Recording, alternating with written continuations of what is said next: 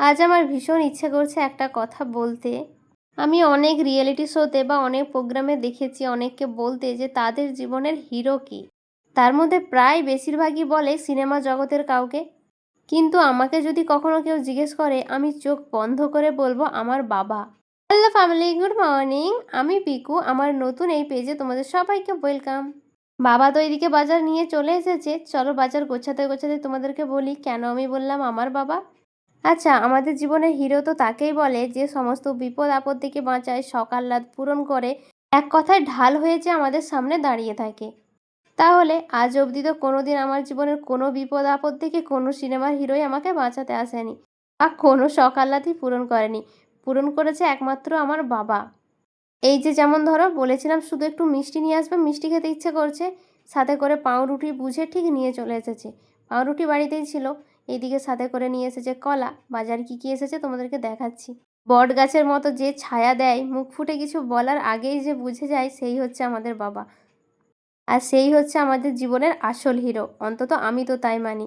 বাবাকে আগে কয়েকদিন ধরে বলছিলাম তাল খাবো তাল খাবো, আজকে দেখো বাজারে পেতে ঠিক নিয়ে চলে এসেছে। আমি কোনো কিছুই আমার বাবাকে প্রচুরবার বলি না, হয়তো একবার বলি, বাবা ঠিক তার পরের দিন নিয়ে চলে আসে। ওইদিকে ছিল চিকেন, তাল বেরিয়েছে, আলু এনেছে, পেঁয়াজ, মিষ্টি, পাউরুটি, এদিকে ছিল কুমড়ো, তারপরে নিয়েছে লাউ শাক, আর এইদিকে দেখছি মূলোর সাইজগুলো শুধু দেখো, আঙুলের মতো। এখন তো মূলোর প্রচুর দাম, কিন্তু আমার বাবার ভীষণ পছন্দের সবজি মূলো। এই শীতকালের আগে থেকে যে শুরু হলো, গোটা শীতকালে শেষ অবধি মূলো চলবে।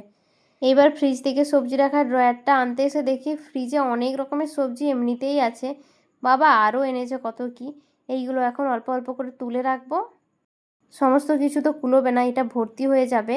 মূলোগুলো দেখে সত্যি আমার ভীষণ হাসি পাচ্ছে। বাবাকে বললাম যে এত দাম দিয়ে মূলো নেওয়ার কী দরকার, কিন্তু কে শোনে কার কথা। আগের সবজিগুলোই শেষ হচ্ছে না, প্রত্যেক দিন এত গাদা গাদা বাজার, বলো কিছু কিছু জিনিস তো নষ্টই হয়ে যায়। বেশ কয়েকদিন ধরে আমার এত তালের বড়া খেতে ইচ্ছে করছে যে কি বলবো। আজকে বাবা নিয়ে আসতে আমি তো আনন্দে আটখানা একবারে। আজ ভাবছি নিজেই তালটা ছোড়ার চেষ্টা করব।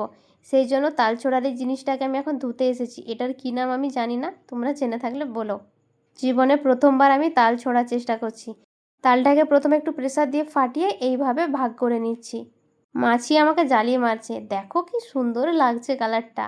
তারপর একটু রাস্তার দিকে এলাম, এসে নিয়ে দেখছি ভাই আর তার দলবল মিলে এই ত্রিশূলটা তৈরি করেছে। দেখে আমার এত ভয় লাগছে।